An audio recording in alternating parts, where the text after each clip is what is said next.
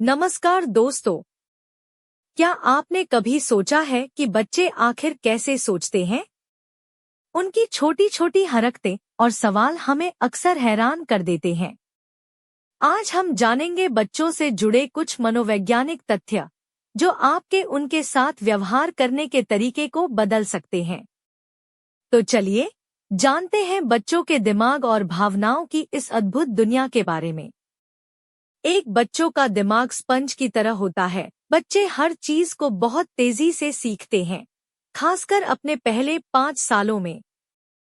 इस दौरान जो अनुभव उन्हें मिलता है वह उनके जीवन की नींव रखता है।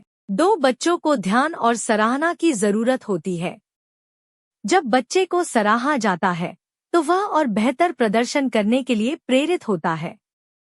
उनकी छोटी छोटी सफलताओं को भी महत्व देना चाहिए। 3 भावनाएं व्यक्त करने का तरीका। छोटे बच्चे अपनी भावनाओं को सही तरह से व्यक्त नहीं कर पाते हैं। रोना, चिल्लाना या चिड़चिड़ाना अक्सर उनकी भावनाओं को व्यक्त करने का तरीका होता है, जिसे हमें समझने की कोशिश करनी चाहिए। 4 खेल और रचनात्मकता से सीखते हैं। खेलना और रचनात्मक गतिविधियों में भाग लेना बच्चों के मानसिक विकास के लिए बेहद जरूरी है।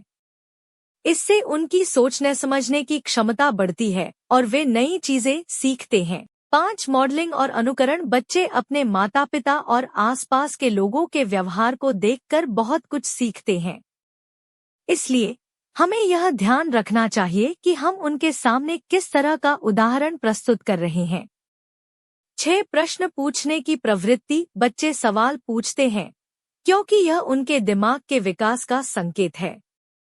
उनके सवालों को धैर्यपूर्वक सुनना और उनका उत्तर देना महत्वपूर्ण है ताकि वे और अधिक जानने के लिए प्रेरित हों। 7 सुरक्षा और स्थिरता का महत्व। बच्चों के मानसिक स्वास्थ्य के लिए यह जरूरी है कि उन्हें एक स्थिर और सुरक्षित माहौल मिले। इससे उनका आत्मविश्वास और सुरक्षा की भावना बढ़ती है। तो दोस्तों, ये थे बच्चों के बारे में कुछ महत्वपूर्ण मनोवैज्ञानिक तथ्य।